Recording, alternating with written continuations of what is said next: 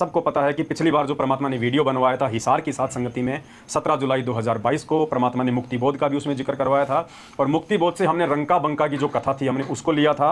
और रंका बंका की उस कथा के अंदर पुण्यात्माओं कितना सार था, कितना गहरा रहस्य था, आप सब आत्माओं ने देखा। सबकी आत्मा सुन के जो है गदगद हो गई कि हे परमेश्वर, हमने आपके मुख कमल से ऑडियो वीडियो में काफ़ी बार रंका बंका की वो कहानी सुनी, लेकिन परमेश्वर जो रहस्य आपने अपने हस्त कमल से इस पवित्र पुस्तक मुक्ति बोध में लिखे हैं पुण्यात्माओं, उनका तो हमें मालूम ही नहीं था, हमें पता ही नहीं था। तो आज परमात्मा ने साध संगतियों के माध्यम से, आज से पहले हमें भी कोई नहीं मालूम था इस पुस्तक का, एक दिन ऐसे ही परमात्मा ने प्रेरणा कर दी। दास ने बैठे बैठे 100 पेज इसके पढ़ डाले, तो परमात्मा ने तो इसके अंदर खजाना छुपा रखा है। दास को प्रेरणा की परमात्मा ने, तो आप सभी भाई बहनों के सामने अब साध संगतियों के माध्यम से इस पुस्तक के ऊपर नित नए खुलासे होंगे। और ये जो कथाएं जो लिखी हैं परमपिता परमेश्वर जी ने, पुण्यात्माओं, ये कथाएं परमात्मा ने हमारे मनोरंजन के लिए नहीं लिखी है, परमात्मा ने हमारे को विद्वान बनाने के लिए लिखी है, हमारे को ज्ञानी बनाने के लिए लिखी है, ताकि हम काल भगवान की चाल में फंस के अपना मानव जन्म बर्बाद ना कर लें। किसी भी अरे गहरे व्यक्ति के झांसे में आके, उसकी बातों में आके हम किसी के भी प्रति अपने मन में दोष और शंका पैदा ना करें। भगत के प्रति मन में शंका पैदा करने का मतलब है अपने भगवान के प्रति मन में शंका पैदा करना।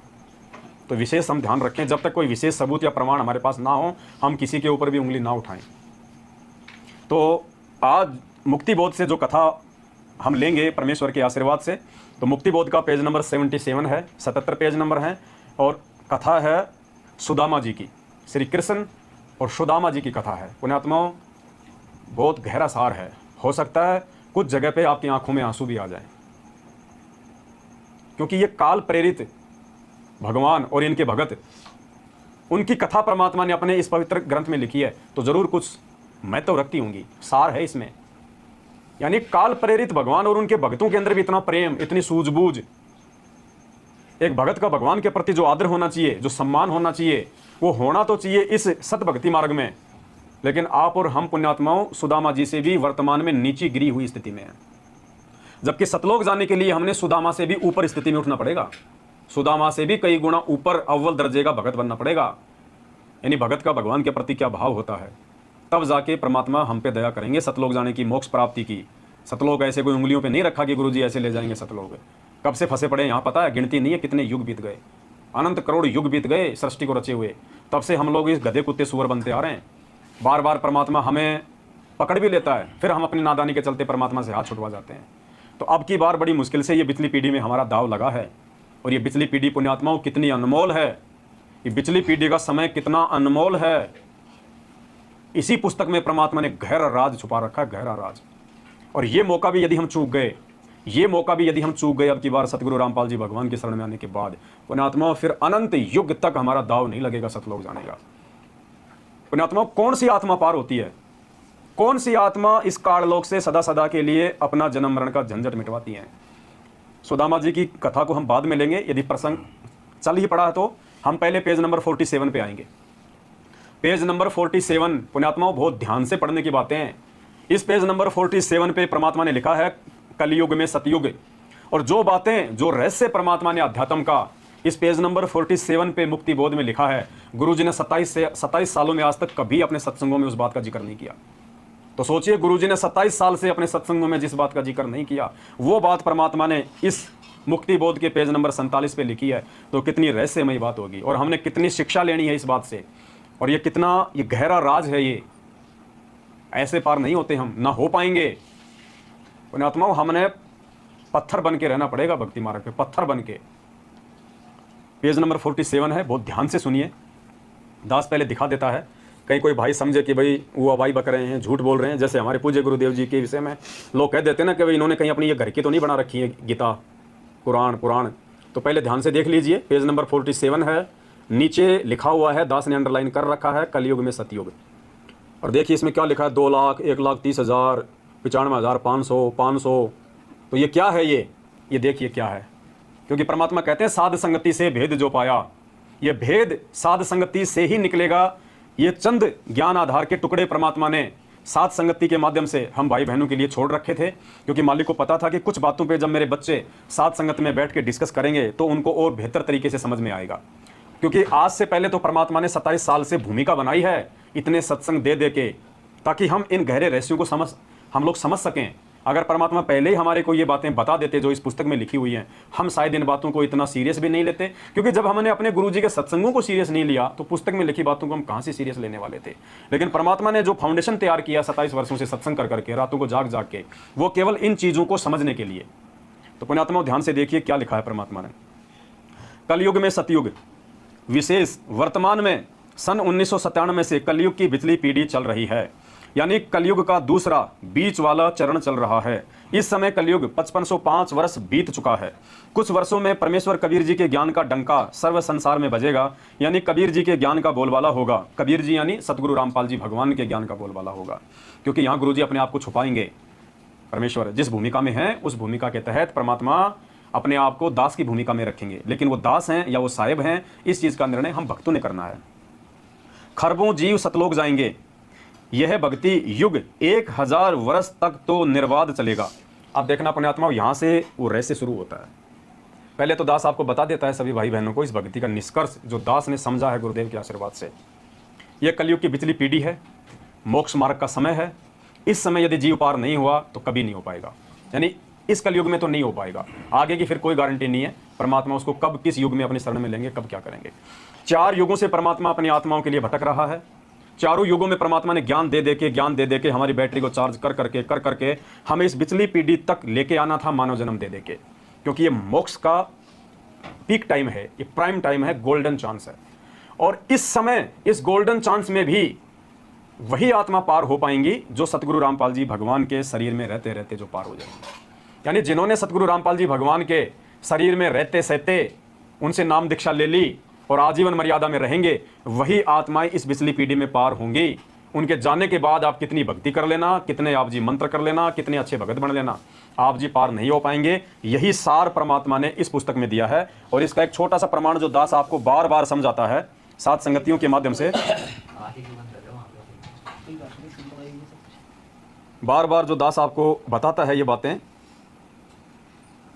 सत्संगों में परमात्मा ने काफ़ी बार इस चीज़ का जिक्र किया हुआ है कि जो पुण्यात्मा दास के रहते सहते पार नहीं हुई, वो दास के जाने के बाद कभी भी पार नहीं हो सकती। गुरुजी ने कहा कि आज तो वर्तमान में दास है, तुम जो भी गलती करोगे दास उसमें सुधार करवा देगा। और यदि दास कल को यहाँ से चला गया और आज भी तुम दास के रहते सहते यदि तुम गफलतबाजी भक्ति में करोगे, तुम गलतियाँ करोगे, तो दास के जाने के बाद तुम कहाँ से पार हो जाओगे। उसके बाद तो तुम्हारे ऊपर कोई अंकुश नहीं रहेगा, तुम्हारे ऊपर कोई दबाव ही नहीं रहेगा, तुम्हें कोई टेंशन ही नहीं रहेगी।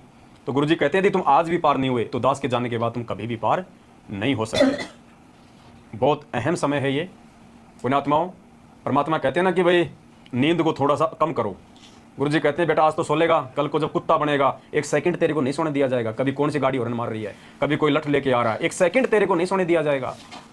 तो मालिक कहते हैं नींद को थोड़ा सा कम करो। और ये विशेष चर्चा है, इसको थोड़ा ध्यान से हम सुने। तो सुनिए, परमात्मा जी अपने मुख कमल से कह रहे हैं और कहते हैं साध वचन पलटे नहीं, चाहे पलट जाए ब्रह्मांड। गुरुदेव ने जो शब्द अपने मुख कमल से निकाल दिया फाइनल है। परमात्मा संकेत करेगा, संकेत ही किया करते हैं संत। गुरुजी कहते हैं शब्द सैन सतगुरु की पहचान है, वो पावे अटल सुहाग है।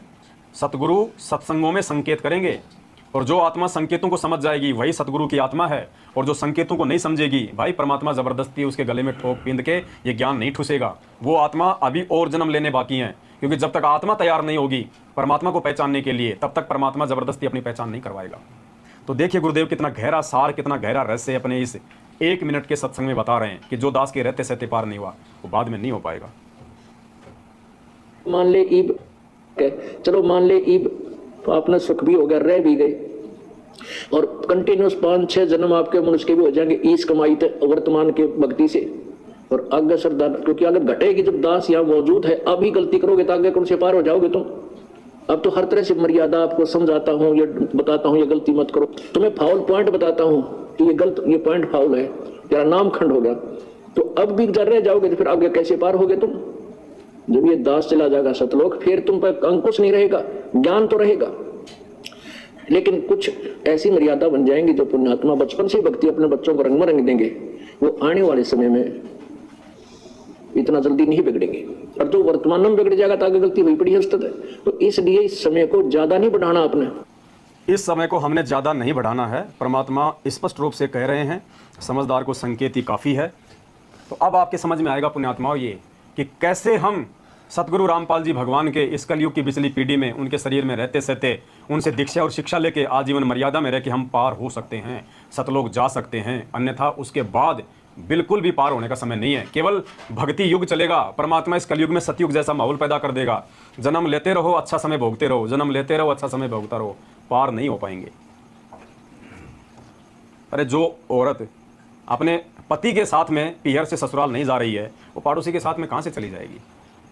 जो अपने पति के साथ ही जाने को तैयार नहीं है, तो दूसरे के साथ वो कैसे चली जाएगी? दूसरे के साथ यदि वो चली भी गई तो पति उसको कैसे स्वीकार कर लेगा?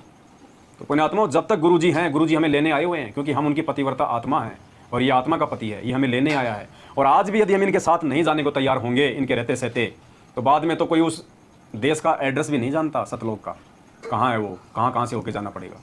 ये तो गोल्डन चांस है कि परमात्मा आया हुआ है, पलकों पे बैठा के लेके जाएगा अगर जाना चाहेंगे तो देखिए कितना गहरा रहस्य परमात्मा ने छुपाया है। हमारी आंखें खुल जानी चाहिए पुण्यात्मा। आज वर्तमान समय में सन 1997 से कलयुग की बिजली पीढ़ी चल रही है, यानी कलयुग का दूसरा मध्य वाला चरण चल रहा है।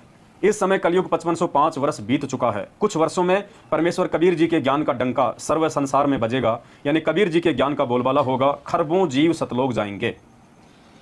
यह भक्ति 1000 वर्ष तक तो निर्बाध चलेगी। 1000 वर्ष तक तो यह भक्ति निर्बाध रूप से चलेगी।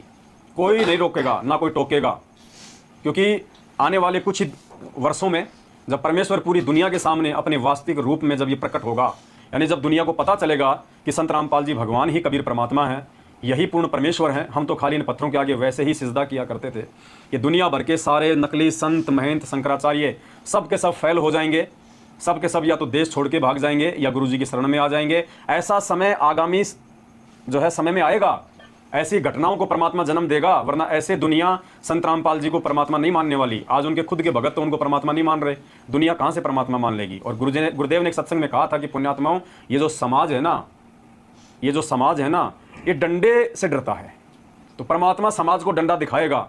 जैसे कोरोना आया, लोग कितना भयभीत हुए, कितने डरे, लोगों की धार्मिकता में कितनी आस्था बढ़ी, ऐसे ही आगामी समय में परमात्मा कुछ ऐसी विशेष घटनाओं को जन्म देगा कि लोगों को सोचने पे मजबूर होना पड़ेगा, मजबूरन लोगों को सतगुरु की शरण में आना पड़ेगा। दूसरा कोई जो है समाधान उनके पास में अपनी जीवन रक्षा का नहीं होगा। तो परमेश्वर कह रहे हैं कि 1000 वर्ष तक तो ये भक्ति मार्ग निर्बाध चलेगा। यानी गुरुजी मान लीजिए 100 साल रहेंगे या 150 साल रहेंगे, 1000 साल तो गुरुजी भी नहीं रहेंगे यहाँ पे।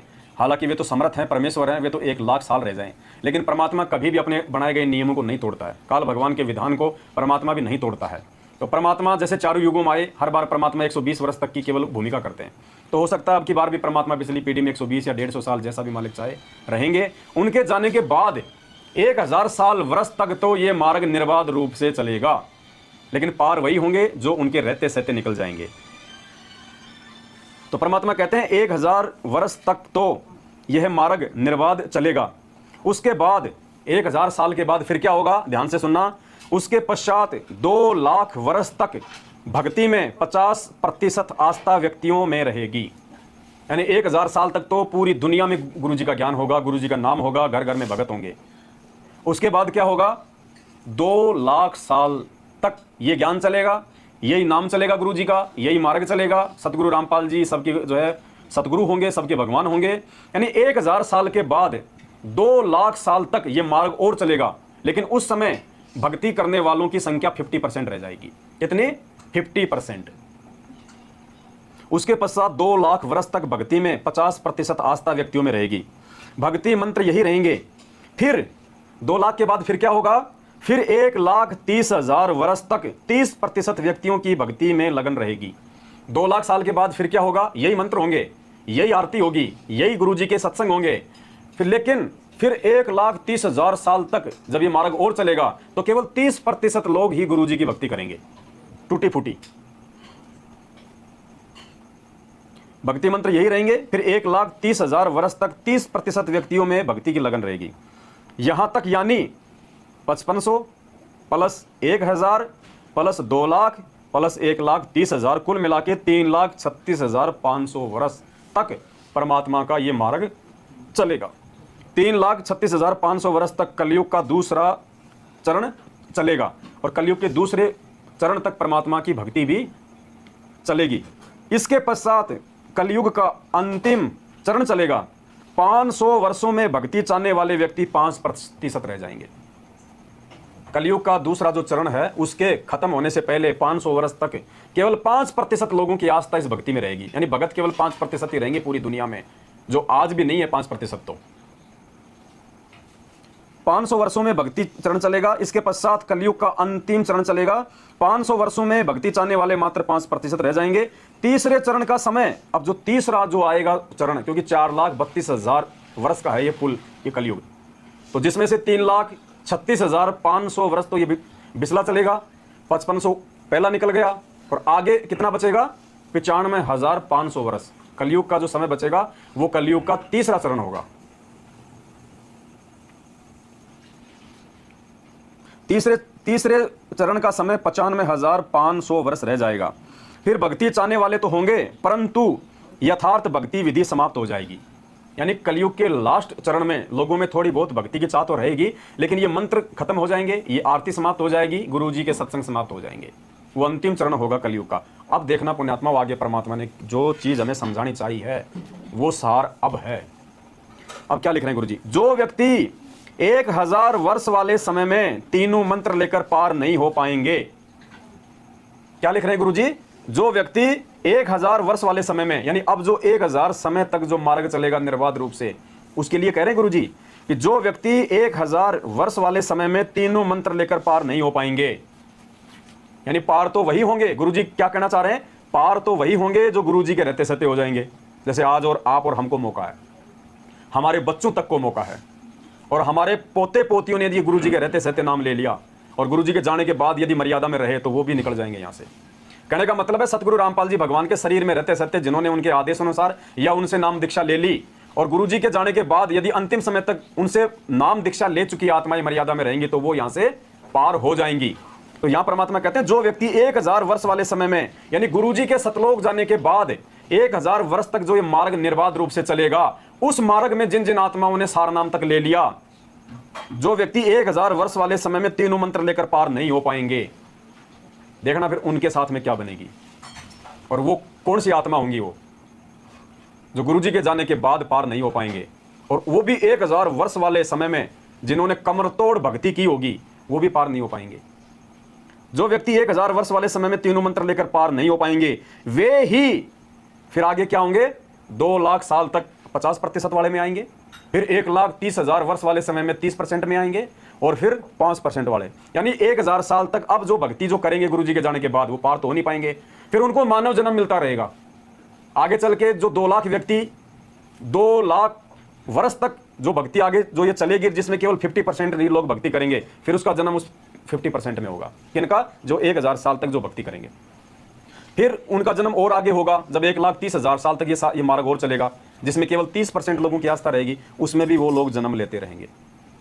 तो गुरुजी क्या कह रहे हैं? जो व्यक्ति 1000 वर्ष वाले समय में तीनों मंत्र लेकर पार नहीं हो पाएंगे, वे ही व्यक्ति 50% तथा 30% तथा 5% उस समय की जनसंख्या में भक्ति चाहने वाले होंगे। वे पार नहीं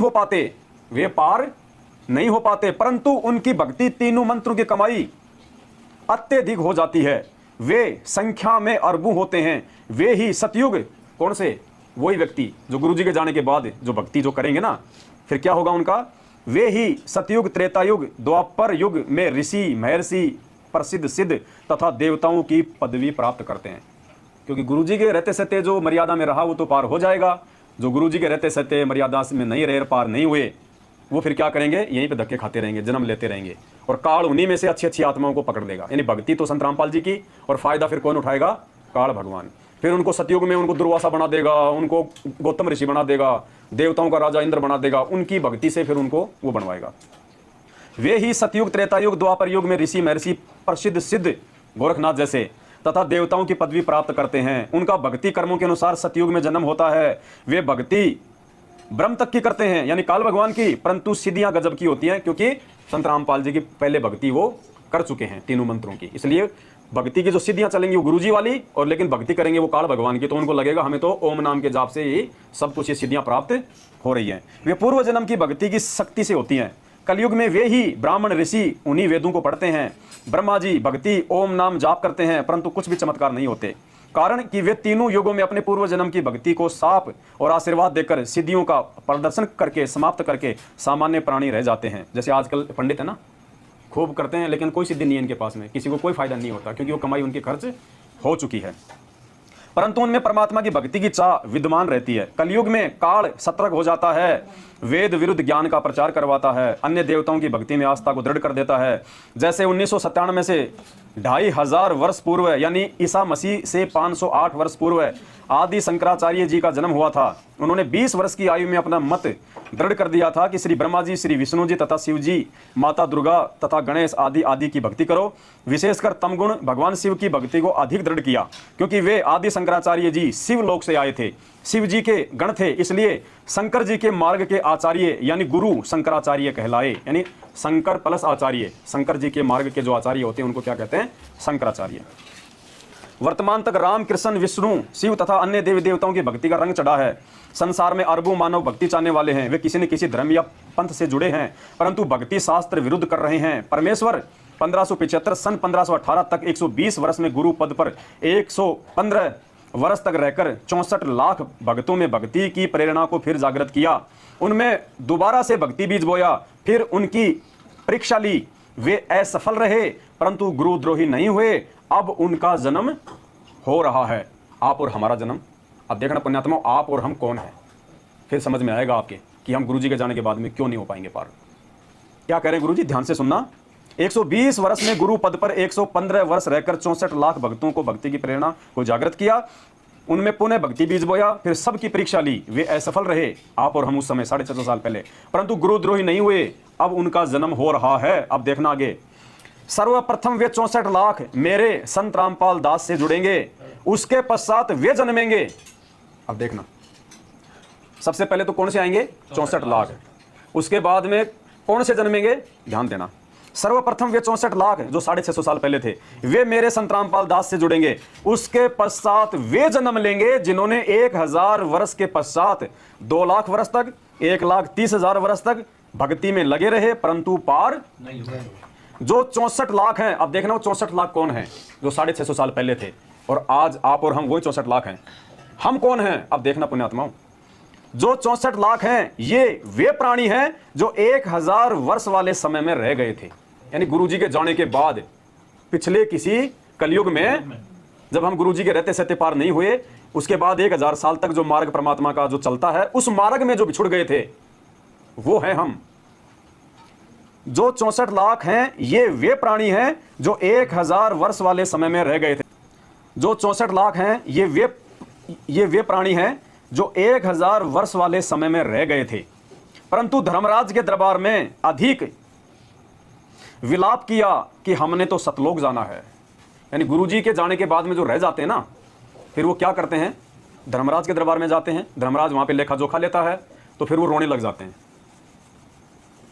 कि भाई नहीं नहीं, हमारे गुरुजी तो कबीर जी थे, संत रामपाल जी थे, हम तो सतलोक जाएंगे, आप हमारा काउंट नहीं कर सकते। क्योंकि बातें तो ध्यान रहेंगी ना, सूक्ष्म शरीर रहेगा लेकिन बात तो ध्यान रहेंगे हमारे को ऐसे की ऐसे। तो फिर वहां पे हम रोएंगे धर्मराज के दरबार में, हम वहां पे अड़ जाएंगे, हम रोएंगे, हम उस परमात्मा को याद करेंगे, सतगुरु रामपाल जी भगवान को। फिर क्या होगा? जो 64 लाख हैं ये वे प्राणी हैं जो 1000 वर्ष वाले समय में रह गए थे, परंतु धर्मराज के दरबार में अधिक विलाप किया कि हमने तो सतलोक जाना है। परमात्मा कबीर जी गुरु रूप में प्रकट होकर, यानी संत रामपाल जी भगवान के रूप में प्रकट होकर उनको धर्मराज से छुड़वाकर मिनी सतलोक में ले गए थे। उनका जन्म अब अपने आने के समय के आसपास दिया था, जो अभी तक मानव जीवन प्राप्त कर। तो पुण्यात्माओं, पार केवल हम गुरुजी के आज रहते सहते ही हो सकते हैं। अगर गुरुजी हाथ से निकल गए और यदि 1000 वाले समय में फिर हमारे को जन्म मिलेगा, इसमें तो कोई दो राय नहीं है, क्योंकि भक्ति का प्रतिफल तो देगा परमात्मा।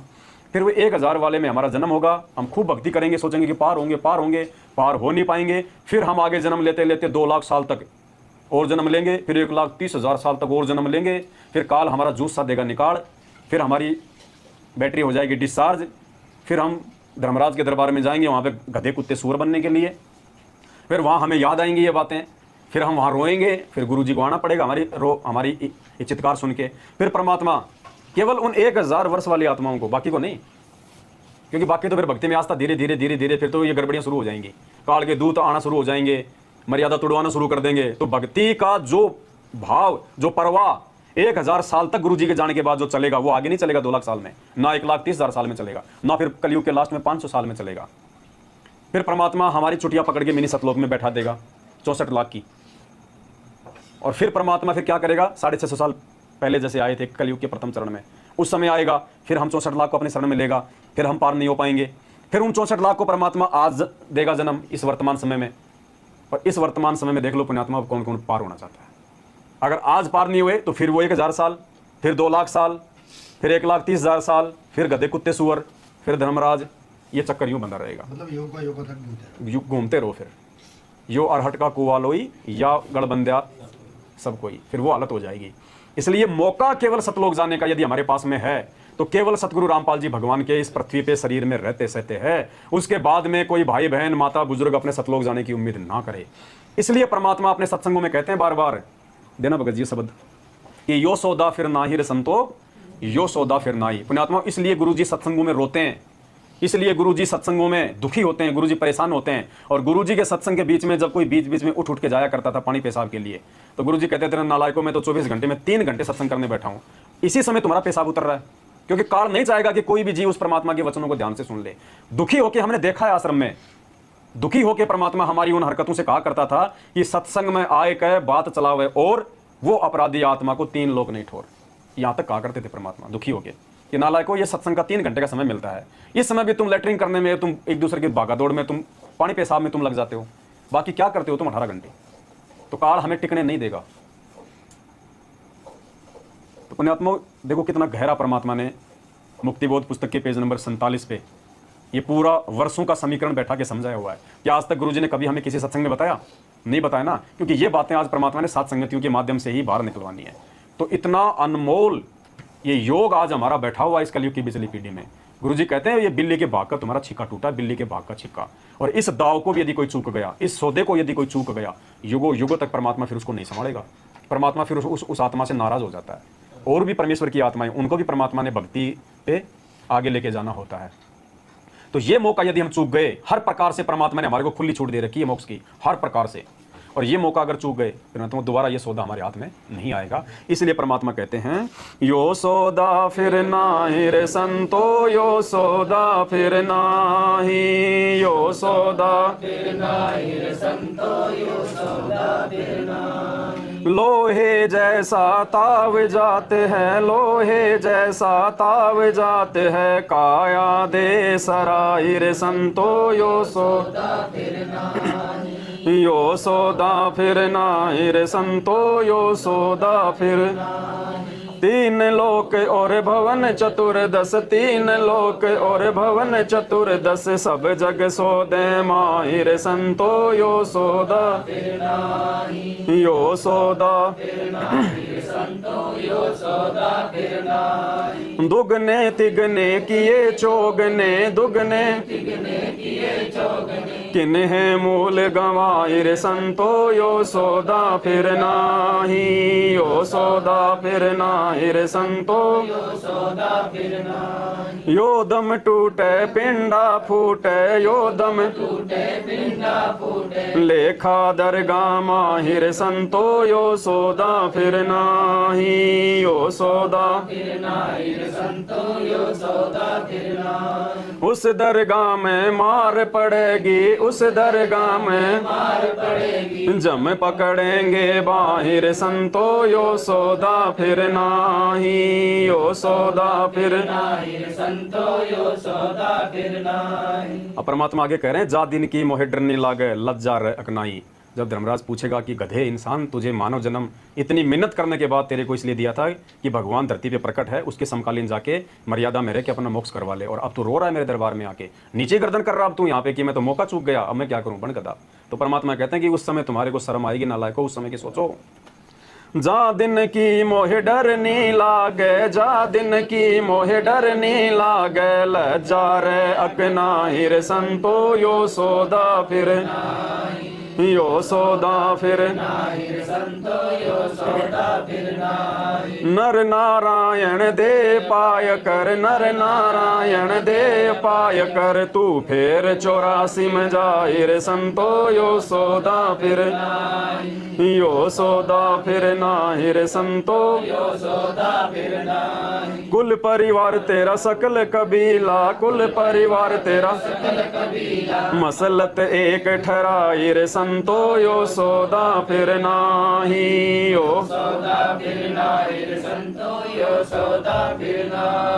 बांध पिंजड़ी आगे धर लिया, बांध पिंजड़ी फिर मरघट को ले जाए रे संतो, यो सौदा फिर नाही,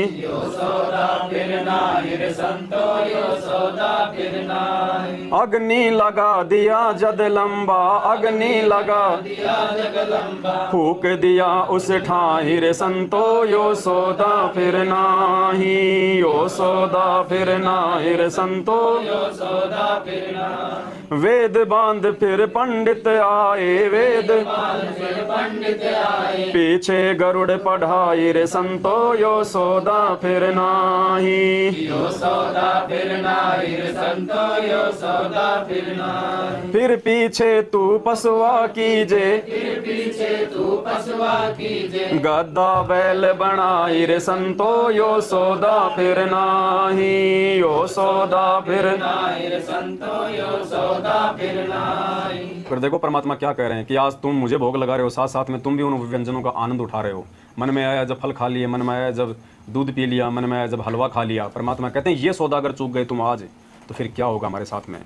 ये 56 भोग कहाँ मन भोरे, 56 भोग कित कुरड़ी चरण जाहिर संतो, यो सौदा फिर नाही, यो सौदा फिर नाहिर संतो, यो सौदा फिर नाही। प्रेत शिला पर जाय विराजे, प्रेत शिला पर जाय विराजे, पितरो पिंड भराइर संतो, यो सौदा फिर नाही, यो सौदा फिर नाही संतो, यो सौदा फिर नाही। बहुर श्राद्ध खान को आए, बहुर श्राद्ध खान को आए, फिर काग बहे कुल माहिर संतो, यो सौदा फिर नाही, यो सौदा फिर नाही संतो, यो सौदा फिर नाही। फिर क्या करें गुरुदेव, जय सतगुरु की संगत करते तो तेरे सकल कर्म कट जाए।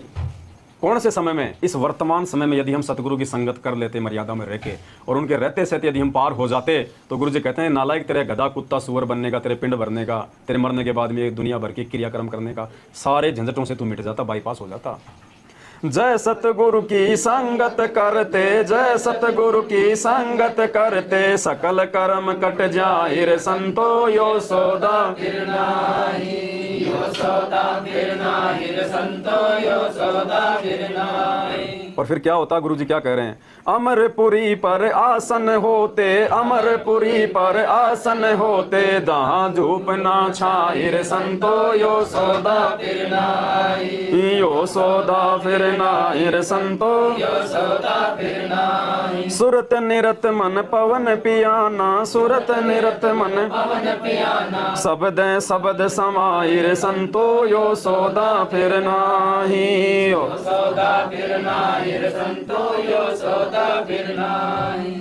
गरीबदास गलतान महल में, गरीबदास गलतान महल में, मिले कबीर गोसाइर संतो, यो सौदा फिर नाही, यो सौदा फिर नाहिर संतो, यो सौदा फिर नाही। गरीबदास गलतान महल में, गरीबदास गलतान महल में, मिले कबीर गोसाइर संतो, यो सौदा फिर नाही, यो सौदा फिर नाहिर संतो, यो सौदा फिर नाही।